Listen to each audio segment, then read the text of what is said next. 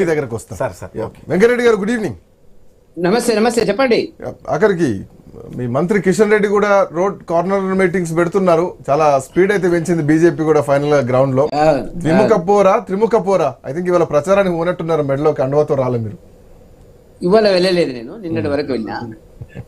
ఇక్కడనే ఆఫీస్ లో డ్యూటీ ఉండేది కాబట్టి ఇక్కడే వెళ్ళిపోయినాను. ఒకటి శ్రీకాంత్ గారు, ఒక 2 నెలలుగా మీతో ఈ జూబ్లీహిల్స్ మీద మీతోని ఇతర టీవీలో మనం మాట్లాడుతున్నాం అనేక సందర్భాల్లో.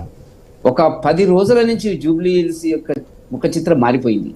గతంలో ఏం జరిగింది మీరు అన్నట్టుగా, కాంగ్రెస్ బీఆర్ఎస్ మధ్యన పోటీ ఉంది అనేటువంటిది మీడియాలో రకరకాలు ఉన్నాయి. ఏ మీడియా ఎవరి వైపు ఉన్నది ఏందనేటువంటిది ప్రజలకు తెలుసు. సోషల్ మీడియాలో ఎవరు ఎంత పెట్టుబడులు పెట్టింది అనేటువంటి అంశంలో గురించి నేను ప్రస్తావించను. సరే, ఎవరి కథ వాళ్ళది. ఆ ప్రచారం జరిగింది. అంటే ఇంకొక ప్రచారం కూడా చెప్తాను జరిగింది కాబట్టి, అభ్యర్థి ప్రకటన రాకముందుకే ఒకవేళ నవీన్ యాదవ్ అభ్యర్థి అయితే ఖచ్చితంగా గెలుస్తారు జూబ్లీహిల్స్ లో అన్నటువంటి ప్రచారం కూడా జరిగింది. బట్ మీరు అన్నట్టు కాలం గడుస్తుంటే, సమయం పెరుగుతుంటే ఆ పరిస్థితులు మారిపోయాయి. ఎగ్జాక్ట్లీ. నేను నిన్న కిషన్ రెడ్డి గారితో తిరుగుతున్నప్పుడు ఆ పైన అంటే అందరూ ఇప్పుడు ముస్లిం ఏరియాలో కూడా నేను తిరగడం జరిగింది. ఇక భర్తలంతా డ్యూటీలోకి వెళ్ళిపోతారు కాబట్టి ఆ పైనుంచి లేడీస్ కిషన్ రెడ్డి గారు పైకి ఎప్పుడు చూస్తే ముస్లిం లేడీస్ ఆ గల్లీలలో ఇట్లా చేయి ఊపుతున్నారు వాళ్ళు. అరే నాకు అర్థం కాలేదు. సరే ఏదో ఊపినారేమో అనుకున్నాను. మళ్ళీ ఇంకో గల్లీలో పోతే కూడా ఇట్లా చేయి ఊపుతున్నారు. నేను తర్వాత వాళ్ళు ముందుకు వెళ్ళిపోయినారు. నేను ఆగి అక్కడ ఉండేటువంటి ఒక ముస్లిం మహిళ, ఏందమ్మా ముస్లింలు వీళ్ళు లేడీస్ చేయి ఊపుతున్నారు అంటే, వాళ్ళు చెప్పింది ఏంటి తెలుసా, ఏమని ఉండేది కాక సార్, ముస్లింలా హిందువులా అనేటువంటి పక్కకు పెట్టండి. ఇవాళ మోదీ గారు త్రిబుల్ తలాక్ మీద చేసినటువంటి నిర్ణయం ఏదో, కొంత చదువుకున్న అమ్మాయి చెప్తుంది సార్, నిర్ణయం ఏదైతే ఉందో మా ఆత్మగౌరవాన్ని నిలబెట్టింది. తరతరాలుగా ముస్లిం మహిళల మీద ఒక సాంప్రదాయ పద్ధతి లోపల త్రిబుల్ తలాక్ అనేటువంటి దాని మీద దాడి జరిగింది. ఇవాళ మేము చాలా ఫ్రీగా ఉన్నాము. ఎందుకంటే చదువుకున్నారు వాళ్ళు కూడా. ఇది దేశవ్యాప్తంగా ఉన్నటువంటి సబ్జెక్ట్ ట్రిపుల్ తలాక్ అనేది, not only Jubilee Hills but Jubilee Hills లో ట్రిపుల్ తలాక్ ఎంతవరకు తీసుకుంటారు ఒకటి నాకు తెలిసి.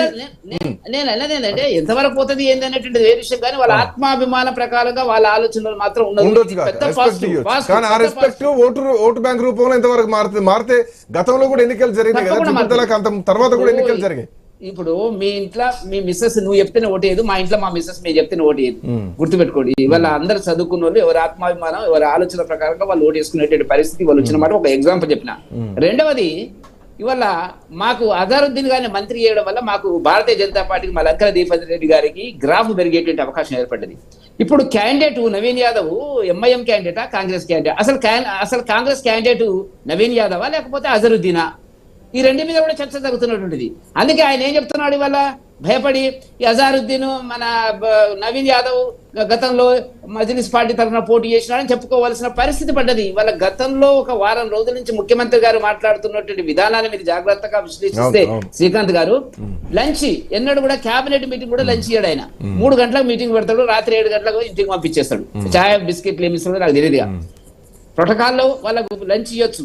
ఏనాడు కూడా నేను చూసినంత వరకు ముఖ్యమంత్రి గారు 10 గంటలకు 11 గంటలకు కేబినెట్ మీటింగ్ స్టార్ట్ చేసి లంచ్ హోస్ట్ చేసిన సందర్భం ఉండదు. మంత్రులకు లంచ్ హోస్ట్ చేసినాడు, మాట్లాడినాడు, మనం గెలుస్తాం కానీ జాగ్రత్తగా ఉండండి అనేటువంటి మాట చెప్తున్నాడు. అజారుద్దీన్ గారిని తీసుకొచ్చినాడు, రకరకాల విన్యాసాలు చేస్తున్నాడు. ఇప్పుడు ఇవాళ మాట్లాడింది కూడా అదే.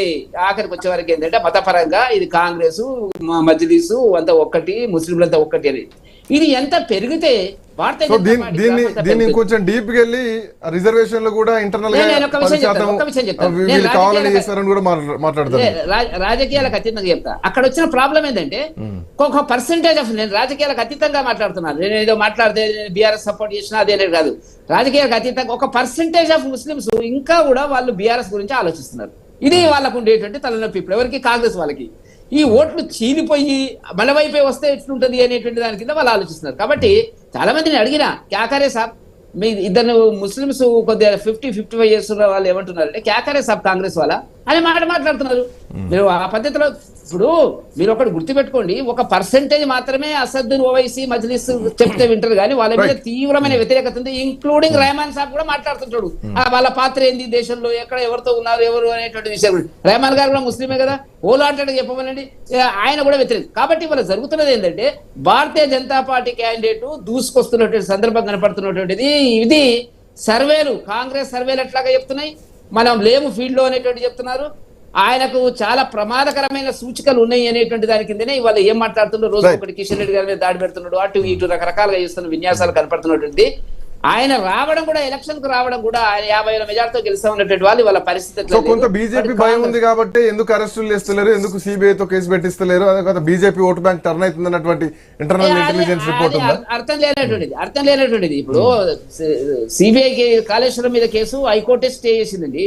మీరు 20 మాసాలు మీరు చేసిన తర్వాత ఏం చేసినారు? ఇప్పుడు మాకు అప్ప చెప్పినారు, సరే హైకోర్టులో స్టే ఉంది. ఓన్లీ దానికి సంబంధించినటువంటిది ఏది మన సెంట్రల్ ఏజెన్సీ ఇచ్చినటువంటిది ఏదైతే ఉందో దానికి సంబంధించిన దాన్ని ఎంక్వైరీ చేయాలి. దాని మీద ఇవాళ మేము సమాధానం చెప్పడం జరిగింది, మా రఘునందనరావు గారు ఘాటి సమాధానం చెప్పడం జరిగింది. కాబట్టి రేవంత్ రెడ్డి గారు చాలా డ్రోల్ రన్స్ లో ఉన్నారు, చాలా మానసిక సంఘర్షణలో ఉన్నాడు. ఆయన అనుకున్నట్టుగా మొదలన్నట్టుగా ఏంటంటే ఆ రెండు పార్టీల మధ్యనే పోటీ ఉంటుంది అనుకునేటువంటిది వాళ్ళ స్లోగా అది డౌన్ అయిపోయి ఎవరు ఎమర్జ్ అవుతున్నారు అనేటువంటి దాన్ని ఒక వారం రోజుల లోపల మార్పులు వస్తున్నాయి. ఇంకా 4-5 రోజుల లోపల అనేక రకాల ప్రకంపనలు వచ్చే పరిస్థితి మాత్రం అంటే ఇట్లా ఏమైనా మర్జ్ అయ్యేటువంటి అవకాశాలు ఉన్నాయా? ఏదైనా కలిపి వెళ్ళేటువంటి అవకాశాలు ఉన్నాయా? ఏం ప్రకంపనలు జరుగుతున్నాయి?